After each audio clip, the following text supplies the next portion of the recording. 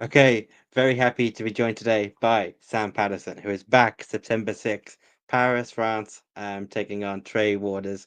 Sam, long time no speak. How you doing, man? I'm good, my man. I'm good. I've just been in the backgrounds working. Yeah, not a lot of interviews, not a lot of other stuff. Nothing to really talk about if you haven't got a fight coming up. But I've been working. I'm in the gym every day, and now I have a date. So I look forward to going out there and showing a whole new version of myself.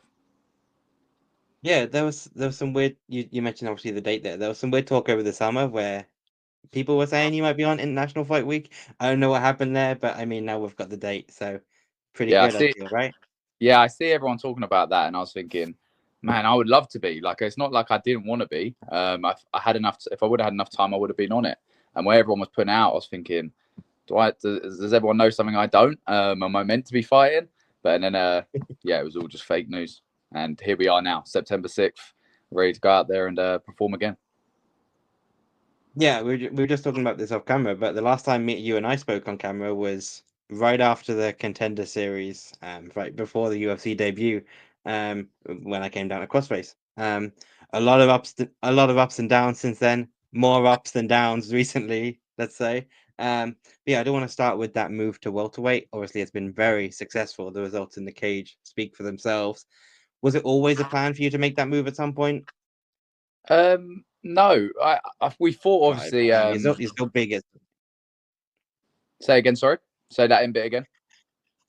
Oh yeah, yeah. Obviously, you're really big at 55. You're still big at 70, but was it always a plan for you, or was it something that was like obviously that fight went the way it did, then that kind of led to some conversations? Yeah, like obviously that fight went the way it did. I lost my debut, and I was speaking about it to someone the other day, and it wasn't actually that wasn't the determining factor for me. It was I went to fight again in September, so I lost. The following September, I was going back. I was planned to fight on the Paris card actually, and I had to Yeah, pull out because I was trying to make lightweight, and I literally felt so sick that I wasn't able to do it. And I was thinking that was the determining factor. Is like when I felt sick trying to make lightweight again, it was like this is ridiculous. I'm gonna have to move up because like from 16 years old or whatever, I've been fighting at lightweight, and my whole pro career has been lightweight. But every fight, I've just got bigger and bigger as I've got older. Um, I just got bigger and bigger, and it's got harder and harder to make the weight. And obviously, when you're winning, uh, you it don't matter how hard it is, you'll keep doing it because it's working. So, and then when you lose, you start questioning things, and then it's like, no, it can't be that. It was just a bad night in the office. But as soon as I felt sick again, trying to make weight, I was like, this is ridiculous. So I moved up, and it was a blessing in disguise because it's going pretty damn good right now. yeah. You say you were 16 when you started. How old are you now? 29 now. So I started Yeah, fighting when I there's a was lot of 16. there's a lot of growth between 16 and 29 to still be at the same weight Exactly. class. And trying to maintain that lightweight frame, I feel like as I got older, I was just not allowing my body to grow. Like now, I eat so much better. My personal life so much better. I'm just a better person, a better human. I train. I'm more of an athlete now than I ever was a lightweight Yeah. because I eat, I fuel, I train like an animal, and I come home and fuel like an animal. Instead of like a lightweight, I train like an animal and come home and eat like a piece of salmon and three bits of asparagus, which it was ridiculous just to maintain the weight. Um, Obviously, I had some success at lightweight, and I was obviously a lightweight, but obviously my body is filled out now, and I definitely would say another year or so, I will be a full-grown welterweight, and yeah, I look forward to seeing myself at that, like when I'm at the full performance of that. Yeah, obviously, the move has been spotless so far. First round finish after first round finish after first round finish.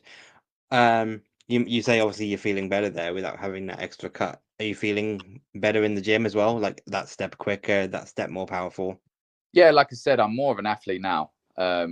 It's unbelievable how much I spar with like middleweights. I spar with anyone, but middleweights, and I feel pretty comfortable in the fact that I Yeah. don't feel outsized. When I was a lightweight and I would spar against people that like lightweights, welterweights, they'd throw me around. It was kind of like I was good and I was fast, but I was like kind of not solid. Whereas now I feel a lot more thick and solid, and I've got the skill. So it's a win-win really. The technique and the size definitely plays a factor. And yeah, just everything. I'm just so much more. I love training. Anyone that knows me, I'm always smiling when I'm on the mat. I love to train. Um, but now I get to fuel and actually focus on the opponent and the fight instead of focusing on the scales. Don't get me wrong, I still cut 10 pounds the night before. I still cut weight. I don't just walk around to 77, so I still have to cut weight, but it's nothing compared to what I'd have to do to make lightweight. Yeah, because that 170 to 155 is a big jump. That's why there's always that talk about 165, right? Yeah, for sure. Like, and don't get me wrong, the first one I was kind of like, am I big enough? Yes, and the best thing for me is I'm 6'3", so I'm not like Yeah. 5'11", where going up a weight class you've got to fill out and stuff. I'm quite tall and rangy anyway, so that was kind of a blessing as well, going up a weight class, because obviously I'm getting bigger every time I fight, but having the height and the range definitely helps going up a weight class, especially when it's 15 pounds difference. Yeah. With that height and range, do you see yourself obviously a long way down the line, maybe moving up to 85, or is that a bit of a step too far, you think? Well, I thought welterweight was a step too far when I was younger. You never know, when I hit my 30s, I might have to go. Again, I'm going to listen to my body now. I think my style, it doesn't matter about the size for me. I'm not like a wrestler that needs to lay on people or wants to like impose that weight. I think the middleweights are big boys, but again, if my body keeps filling out, maybe in my mid-30s, I'm still fighting, I'm still going, then I might have to go up a weight class, but I'm not going to kill myself like I do making lightweight. If I keep filling out, I'll go up again. Do you want to talk about that last fight, obviously Danny Barlow, because that was different to the last two wins. You didn't really have it all your own way in that fight compared to the others. It was somewhat of a firefight in there, which I think many people coming into that fight thought would favor him. He obviously has that KO power. Barlow KO or Patterson submission was a lot of this conversation coming into that one. Do you feel you were able to like really like prove yourself in a different way, finishing that fight the way you did?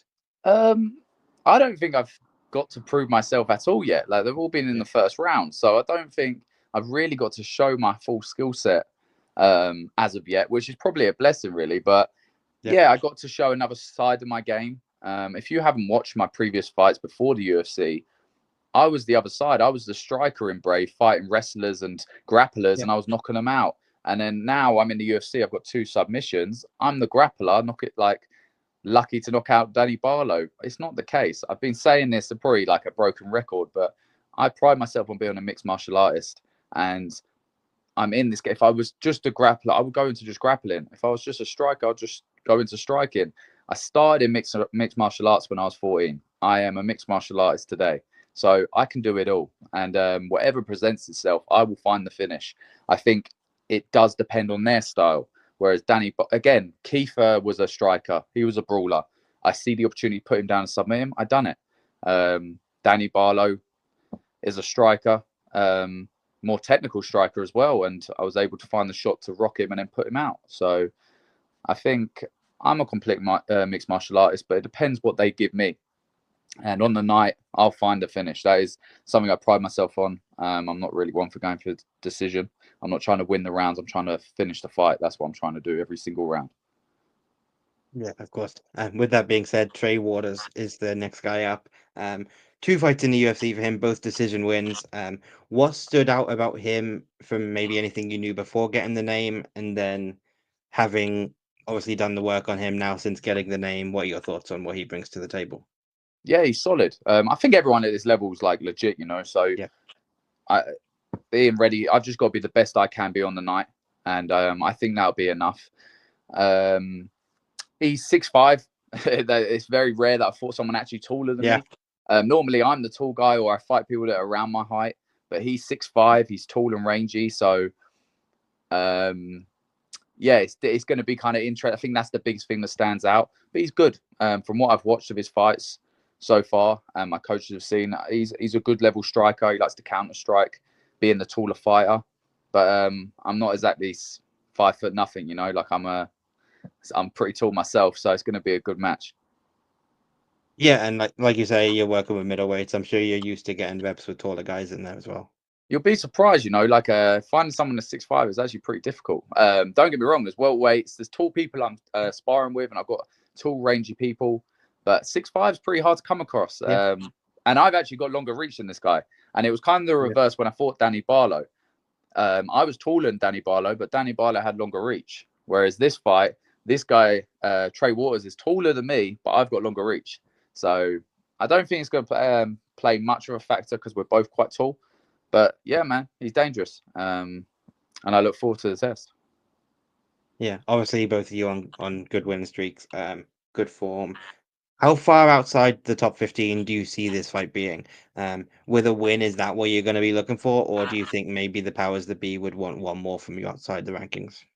Wherever the UFC want, I will take. It all depends on how you win Yeah, as well. Like if I go and finish Trey Waters in the first round again, that's 4 first round victories. I need to be tested. I need to be pushed to my limits, and I want that for myself. I want to see how good I am.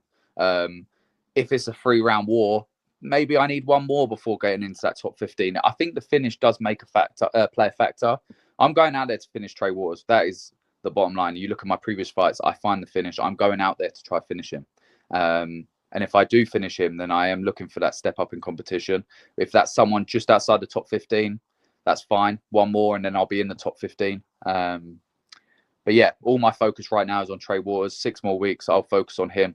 And as soon as I go out there and get the job done, then we'll talk about what's next. yeah. Is Trey in your mind a step up from Danny and Kiefer? Do you see that step up there? Yeah, right now I think he's pretty like Danny Barlow was undefeated. Trey Waters is 2-0 in the UFC. I think he's on that kind of level. We're around the same in the rankings. I'm pretty sure. I'm 3-0 at welterweight. He's 2-0 in the UFC. So yeah, I think he's on that same kind of level. So I do think it's who like can go out there and perform, implement their game plan, and get the job done. Obviously, I personally want to step up. If I finish him in the first, I want to step up in competition. I want to see how good I really am. I'm not trying to tiptoe around. I want to see the best version of myself, and I truly believe the opponent will bring that out of me. So, yeah. Of course, the fight's going to be going down in Paris. You fought all around the world, some proper random places and brave before the UFC. But I mean, in the UFC, so far you've seen Toronto, Manchester, London, of course, the prestigious UFC Apex as well. Yeah. How excited are you to take off another one? Because those Paris crowds get pretty crazy, don't they? Yeah, I've heard good things about France and the France crowd. So I look forward to. I like traveling. I like getting away from my comfort zone of being at home and stuff. I like going away and going to war. So I look forward to fight week and traveling away. I don't really. I've fought in some mad places, like you said, in Yeah. Brave and stuff before, even with the UFC. But honestly, I could be fighting in a car park on fight week. I am so dialed in and focused on the fight that it don't matter where it is in the world. When I step in that cage, it could be a car park. I'm that focused on the person that's standing across from me. I will take in the crowd and everything once the job's done. Until that point, it really doesn't matter to me. But I do look forward to seeing Paris. I've never been before, so it's another, like you said, another place to tick off.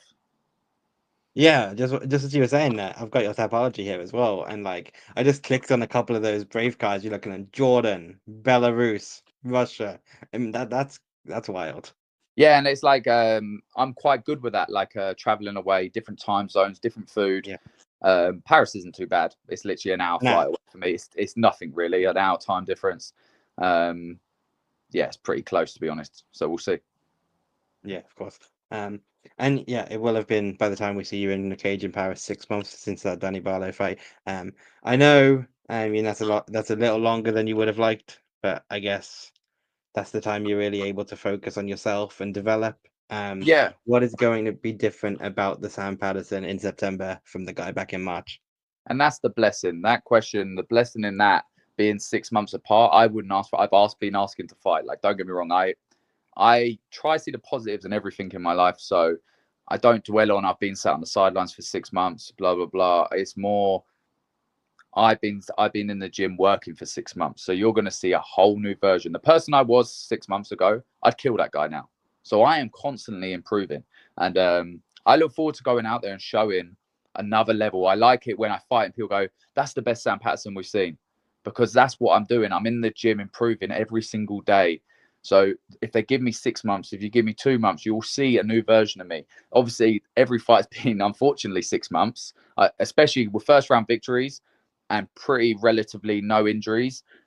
I'd like to turn around faster and keep the momentum going. But the blessing of this is the fact that I have been able to get back in the gym straight away, make improvements to my skill set. So when you do see me again, it's a whole new version. And again, Paris will be no different. In 6 weeks' time, you will see a whole new version of Sam Patterson. Yeah, I mean, I know David Lee won't have you sitting on the couch for 6 months. I know Charlie Leary won't have that. No, I tell you, just what Dave says it himself. The one thing he's never questioned or struggled, he's never told me why you're not in the gym ever in my life. It's more the other way. He's telling me to get out and go rest for a couple of days because I don't actually stop. So yeah, he ain't never said it. He's never gonna let me sit on the couch, and I can't do it to myself. I can't sit still. This is the longest I've probably sat still, 15 minutes. I don't like sitting still. I like improving. I love what I do. So it's not hard for me to get up and get to it. So yeah, and I've got a great team around me pushing me every single day. Like you said, David Lee, Charlie Leary, and the whole team at Team Crossface. Everyone pushes me every day to be the best version of myself, and I get to go out and show in front of the world. So it's not just me. I step in there, but I've got a whole team behind me pushing me to my limits. Yeah, I won't keep you much longer. You can That's get fine, up on your feet and get go. You can get up on your feet it's and all right. get I'll going start again moving soon. around on the interview. It don't bother me. It's absolutely fine. Nah. Yeah. I've got a bit of a quick fire. I'm just going to throw at you rapidly. Favorite Food. Pizza. Favorite drink. Cool. I'm pretty boring with drinks. I don't drink fizzy drinks. Let's just say a Coke.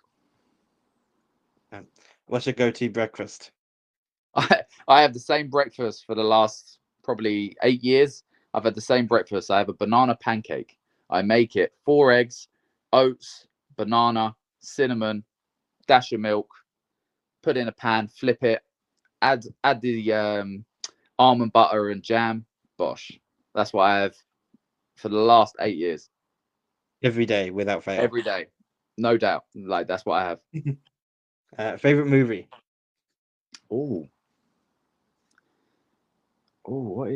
Quick fire is hard. I do have a favorite. What is? Law Abiding Citizen. That's probably my favorite movie. Yeah, movie is always the one that gets people slowing down. The thing is, I was actually talking about it to my missus the other day, and we were saying, I was like, that's got this. It popped up, Law Abiding. I was like, that is one of my favorite movies, and still today, Law Abiding Citizen is probably my favorite movie. Favorite TV show? I don't really watch TV shows. I'll say, because I've been watching it recently, The Big Nasty Show. I was watching it recently, and that is actually, it's so jokes. So I'll probably say that, because I don't really watch TV shows, so that's probably it. Favorite musician? Favorite. Probably like right now I'm listening to a lot of Tupac or 50 Cent, so probably one of them right now. Favorite sport other than MMA? Probably basketball. That's the one thing I love when I fight in America, is they have basketball on the TV all day, and I just sit and watch it, like when I'm in the hotel, when I'm chilling out. So yeah, probably basketball. Have you had a chance to go to a game when you've been out there? Say again? Have you had a chance to go to a game when you've been out there? No, that is on my bucket list. That's one thing I actually want to do. I haven't had a chance to, but I definitely want to. I'm thinking I'm probably waiting until I get a bit bigger, and I might get closer seats if I'm lucky. So I'm waiting until I'm a bit like top 15 in the world or something, maybe a bit more recognizable, and I might get better seats. But yeah, I would love to do that. Have you ever played? Because not to but you're tall. Yeah, no, not like a good. I just played at school. Yeah. That was it, and I enjoy watching it. Like I love all sports, to be honest. Like I watched the women's football just now. I watched the tennis a couple of weeks ago. I just love sport, and I love seeing like high level athletes in their fields. Like it's very kind of relatable. You look at other athletes and you think, people just watch it and think, oh, I could do that. But when you really break it down and see what they're doing, it's just I like all sports really. It's funny because I do this, and there's like no in between. People are either like passionate about other sports or they only watch riding. There's like no in between. Yeah, no, I love it all, to be honest. I don't. No, I would say all sports. I can watch anything, any sport and thing, any athlete, and I can watch and go, like I can appreciate what they're doing. Whether that's fighting, I love martial arts. That's like an athlete mindset thing, though, surely, right? Yeah. So when I'm watching it, I'm kind of like, fair play to you, because like even just like watching the females run up and down the field, I'm thinking, you try do that, like try do that. Everyone watches it, goes, I should have done this, should have done that. It's like they do it with fighting as well. They're like, I should have thrown it. You get in there and do it and show me how it's done, because it's not easy. So I think it's appreciation for other athletes. Did you say that? Does that annoy you when like fans online start saying stuff? I'm way past that point of caring. I couldn't care less. It's like everyone's like, when you're winning, everyone loves you. When you're losing, everyone hates you. Either way, everyone has an opinion. It doesn't bother me. I care for the people that are close to me. I have a small circle. If they're turning around and saying stuff, I listen.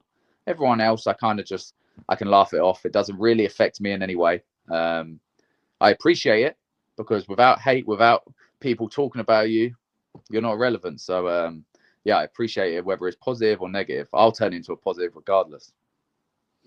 This quick part has taken a while. Favorite fight? So we'll do a fight of your own and then a fight to watch. Favorite fight, not mine, is John Jones and Alexander Gustafsson, the first one. Yeah. That was one of my favorite fights still today. And one of my favorite fight probably was against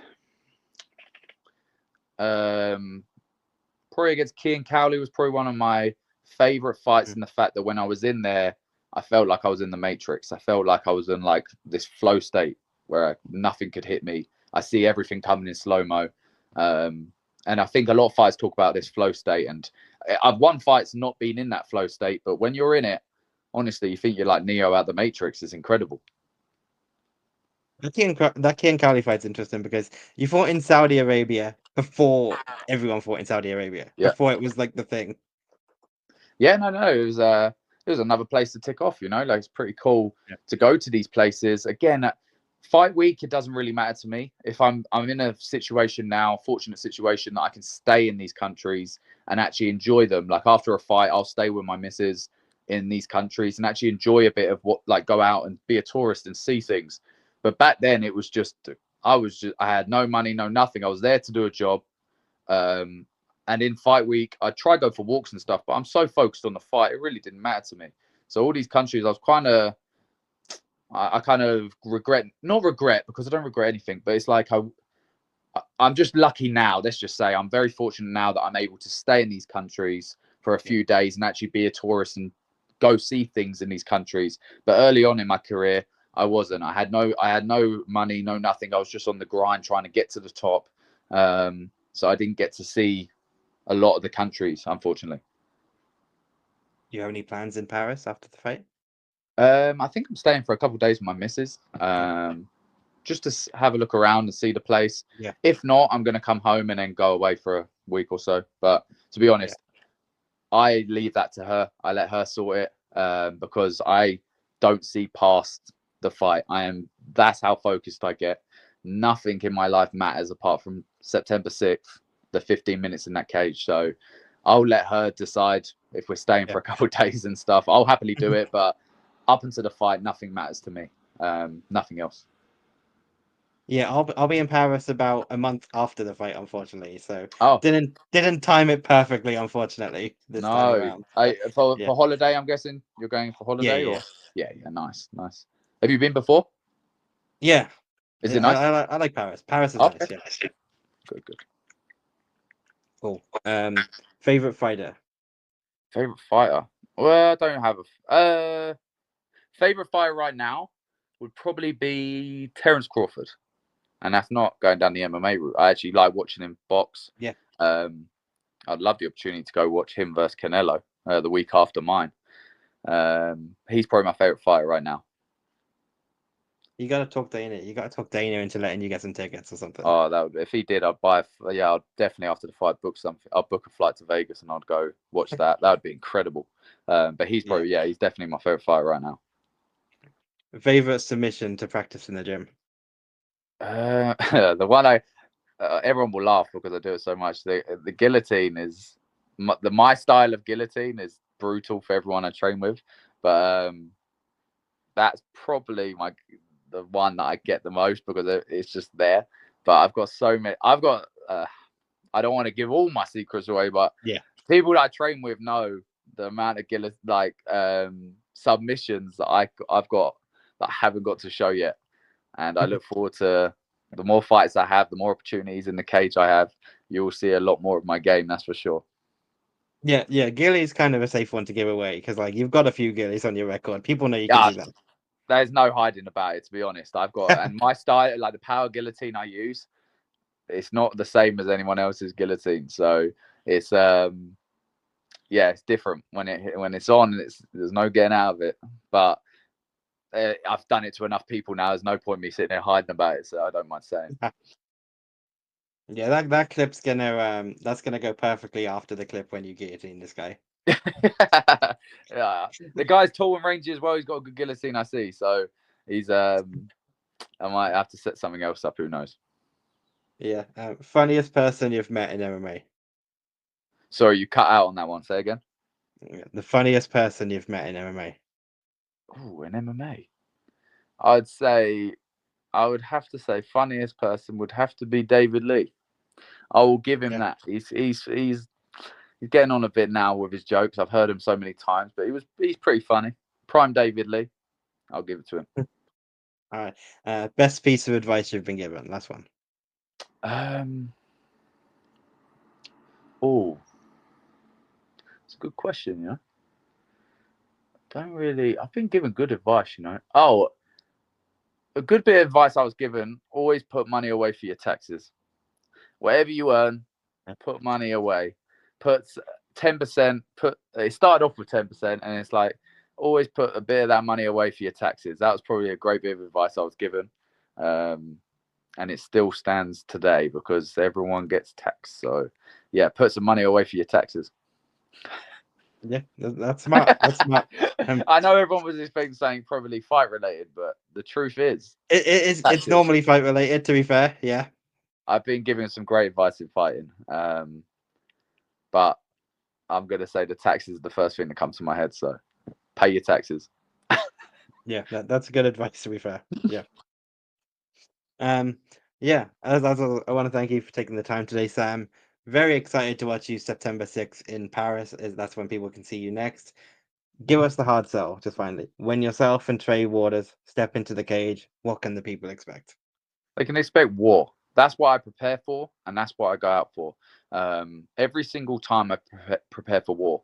So if it's anything less, great. I go out there and finish the guy in the first, great. But I will be going for the finish, and they can expect a war if I don't get a finish. So yeah, I'll be preparing for war. I hope he is, and it'll be fireworks. Tune in. Perfect. I want to thank you again for taking the time today, Sam. Best of luck. Looking forward to it. Thank you very much, mate. Have a good evening. Yeah. Cool.